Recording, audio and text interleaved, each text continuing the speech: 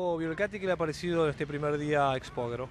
Realmente muy contento de ver cómo se ha sobrepuesto a las inclemencias del tiempo, ¿no? Parece mentira cómo estaba esto ayer y lo que ha logrado hoy esta muestra, y exhibir como está exhibiendo después de ese problema, exhibir como está exhibiendo los adelantos en tecnología, la ganadería que se ve y la afluencia de productores, que realmente es impresionante como momentos tan difíciles como estos, como decíamos recién, ¿no? Pero aunque no puedan comprar, porque la situación financiera no es la de antes, pero todos quieren capacitarse, conocer las novedades, estudiar, y eso es la gente que da la fuerza para seguir creciendo en producción y llevando al país al destino que se merece en ese rubro. La mesa de enlace de una conferencia de prensa vino unida además a Expoagro, ¿qué es lo que quiso?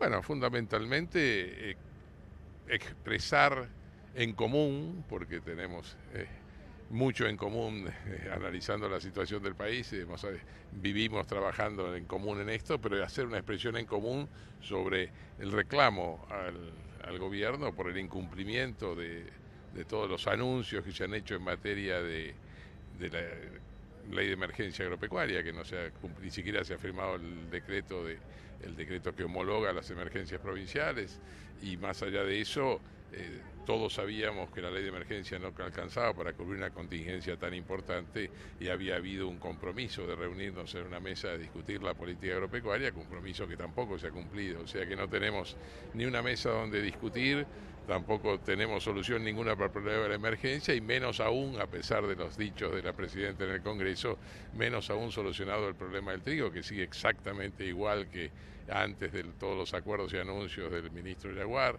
Tenemos el mismo problema en el maíz, estamos hoy anunciando conflicto en el tema lechería desde Rosario en el mismo día de hoy.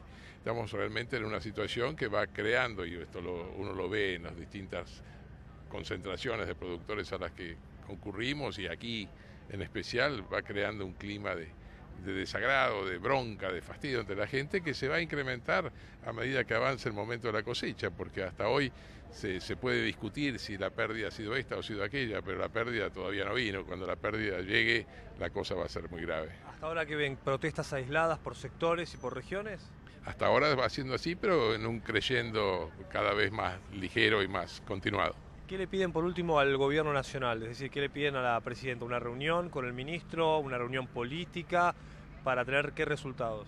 Bueno, por de pronto que no se desinforme a la población sobre la realidad del sector como se está desinformando desde la más alta magistratura, por de pronto que se cumpla con los compromisos legales y con las obligaciones que hay respecto a la ley de emergencia, y además que se cumpla con los compromisos en cuanto a la comercialización de trigo y maíz que se adquirieron al principio de año, también que se solucione el problema de la lechería, que realmente no es casi una afrenta, esa autorización a aumentar el 7 que le dio la Secretaría de Comercio y la Industria, que es una cosa absolutamente agarrada de los pelos, porque nunca ha intervenido en este tema, y un 7% después de casi 2 años de tener el mismo precio, realmente parece una burla.